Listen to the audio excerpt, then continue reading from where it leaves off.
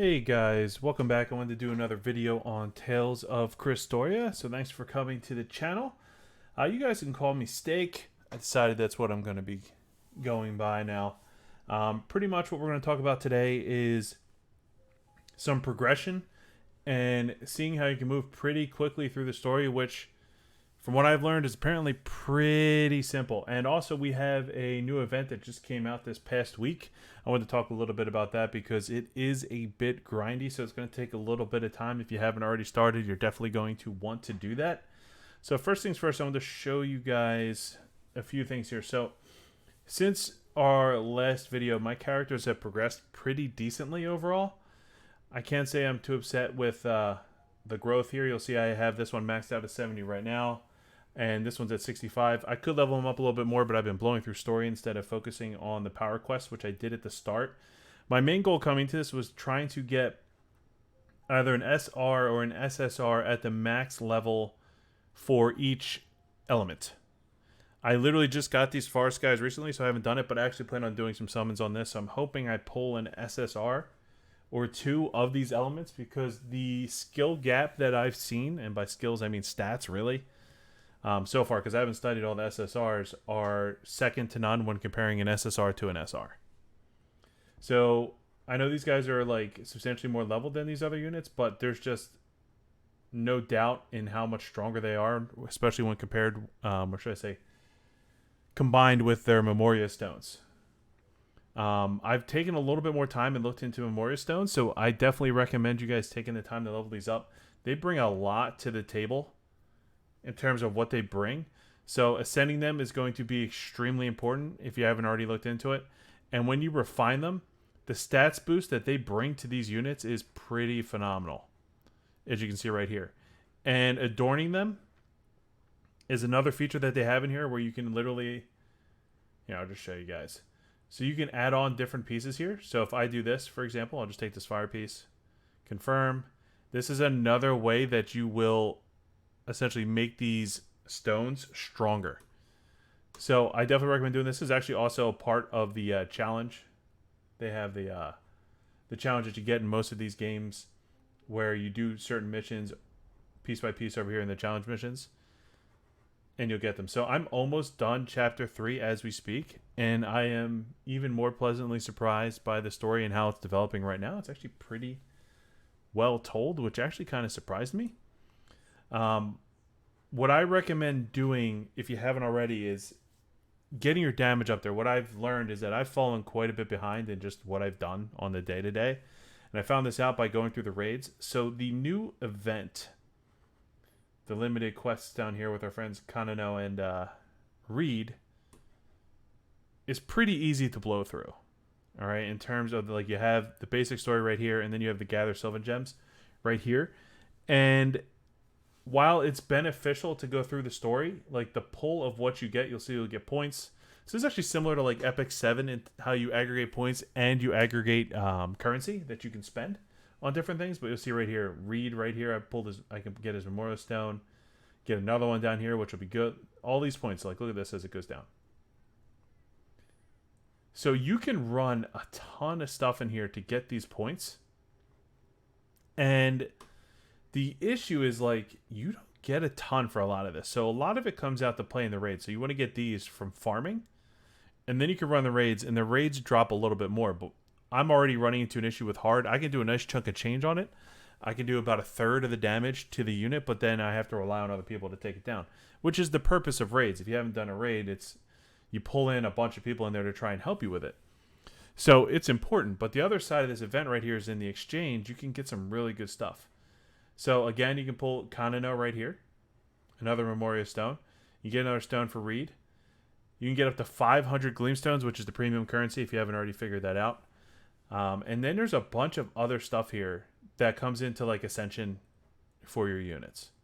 And this is like the big part, because what I've noticed as I farmed, it definitely takes quite a bit of rounds to be able to do this. And the one thing that I am a little disappointed with this game is that it doesn't really have any autoplay features in terms of just farming a level over and over again.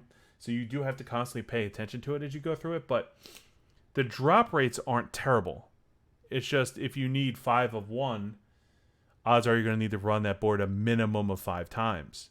So having to click back and forth can get a little bit tiresome pretty quickly, which a lot of games in this space are learning. So I'm hoping at some point they release some sort of quality of life that'll help with that. But the game itself, that's really the only knock I can put on it right now. I would like the units to seem a little bit more grown up overall, but I know these are supposed to be like late teens. I would expect Vicious maybe to be in his like 19, 20, 21 range compared to the other guys are in their mid to late teens. So I get the play that they're going off of here, and they're growing up and all that kind of stuff and figuring out the world, which is really good. Like, guys, I can't emphasize that this game is actually pretty fun. I am pleasantly surprised by everything that it's brought to the table, so I definitely recommend giving it a shot. But if you really, really want to min-max your guys, I recommend blowing through the story initially. I literally run into no problems in the story now.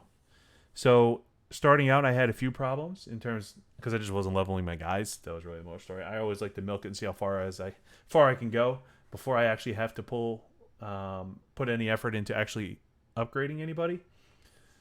But if you level up your people, which I completely get the perspective, like not wanting to level up SRs, because I'm falling into it right now. I'm hoping that in these next few summons that I do, I pull a few SSRs that I don't have, and with that I can remove some SRs. But if I don't, after these next few summons, I will definitely be ascending some of my SR units because it makes a huge difference. In some of these boards, you just will blow through, which is great. Also, the Phantom Tower, another feature I definitely recommend you guys dive into if you haven't already. The rewards are pretty good for leveling up. Getting 50 Gleamstones a pop. Memorial Stones are given to you. Memorial Stones upgrades are given to you. Some tombs are given to you for awakening. And all of this is going to be extremely beneficial as you progress through the game. As you can see, I haven't spent too much time, but I'm starting to like cap out and have like it gets surprisingly difficult by board 9. But what's nice about this is that you don't really need to worry too much as it'll refresh every single month. It's not like a permanent tower in that it's going to just be one and done and you're not going to worry about it again. So it's nice that you're constantly going to be able to get those resources as you go through it. So yeah, I just wanted to do a quick touch base with some of the little features that have been in this game. So Arena is going to be important with the battle pass that they have in Arena and definitely doing the raids that come into play. You'll see I have a ton of BP, which is what you need to be able to join these raids.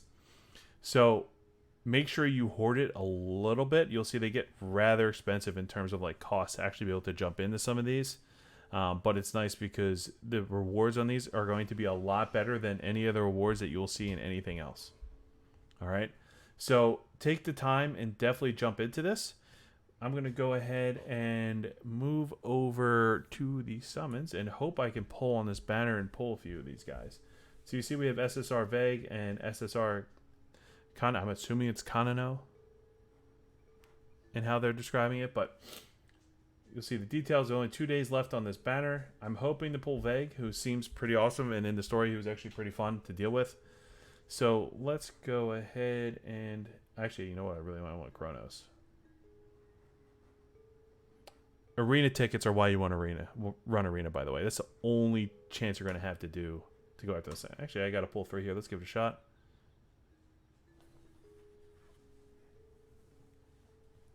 Maybe I will get lucky. I definitely do have to run that. Bunch of commons. So we'll just go ahead and skip this. Close out. Alright, so let's go ahead. So you'll see you have the SSR summons down here for Crest, Kanano, and Leon. SSR Vicious also falls in here too. It's funny that these don't match up with these. I have 1 ticket for this, so we'll go ahead and do this. You get this from the challenge.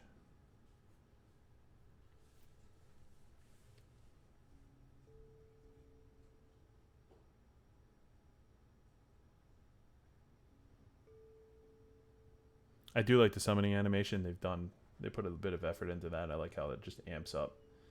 And the whole fountain just goes a little crazy. Earth? Fire? Ooh, perfect. Wind. So I definitely needed a wind. SSR, so this covers one piece. All right, let's move on here.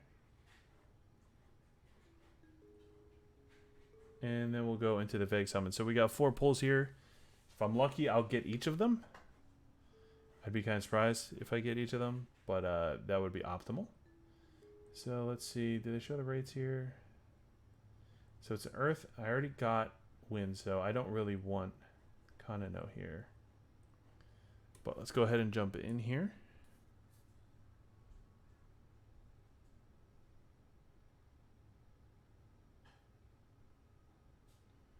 Alright, we got yellow. Give me rainbow. Nope, nothing. So we'll just skip. Some of these are definitely dupes. I got 2 new ones and a bunch of other things that I don't really need right now. The only thing that they'll really come into is like if you level up your substones, you'll get a nice little benefit to your team. So definitely recommend doing that too, but it takes a lot of Memorial Stones to level this up. Oh, here we go. Give me vague. That's what I want. I want vague. Yep, don't care. Cool, cool. See, like some of the animation is just, it reminds me of like early 90s anime. It really does. I think I said that in my last video. And then some of them will look like more recent. Like you can see them in a more recent anime with how they're laid out. Are you going to see the SSR for last like this? Look at this. The effort drawn into that is nothing. Yeah, they're totally going to show the SSR last. Nope. I don't think you're either of them. That's Cress. I love that the rate up when you pull someone who's irrelevant. But he covers Earth. So that's good. I've heard that he's actually pretty solid, though.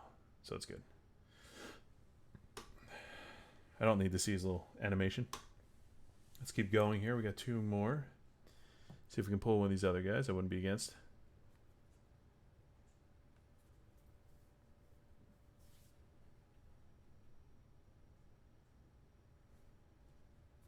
Let's see here. Just 3 yellows.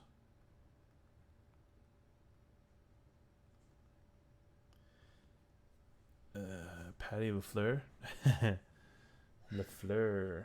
So I actually accidentally took her before. I don't need her. In the SSR pick, you can end up with an SR if you don't like check your guys. So make sure you definitely take a look. If you didn't listen to my first video and you hear this one, make sure you pick the right thing. All right, one last shot here.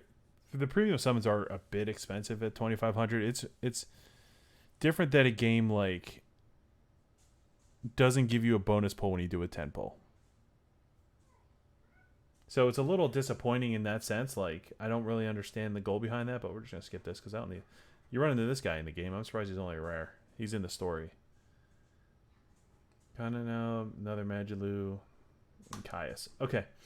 So I didn't get who I wanted, but I did pull a Wind and an Earth SSR, which is going to be great because I'm going to be able to put them right into my party and get rid of the 2 SSRs that, or the 2 SRs that I'm currently running. So I definitely recommend it coming. Like I'm going to remove him. I'll have the Earth in here, so that'll take out Micella that you get. Vicious will still stay because he's still my strongest dark unit that I currently have. And my team's just going to be a lot stronger. So what that means is you'll be able to stay, or in this case, myself, I guess. I'll be able to stay longer inside the raids and definitely do a bunch more damage. So I definitely recommend giving this game a shot, guys. I'm enjoying it so far. Let me know if you guys have any questions. Let me know if you're having any issues with the emulator itself.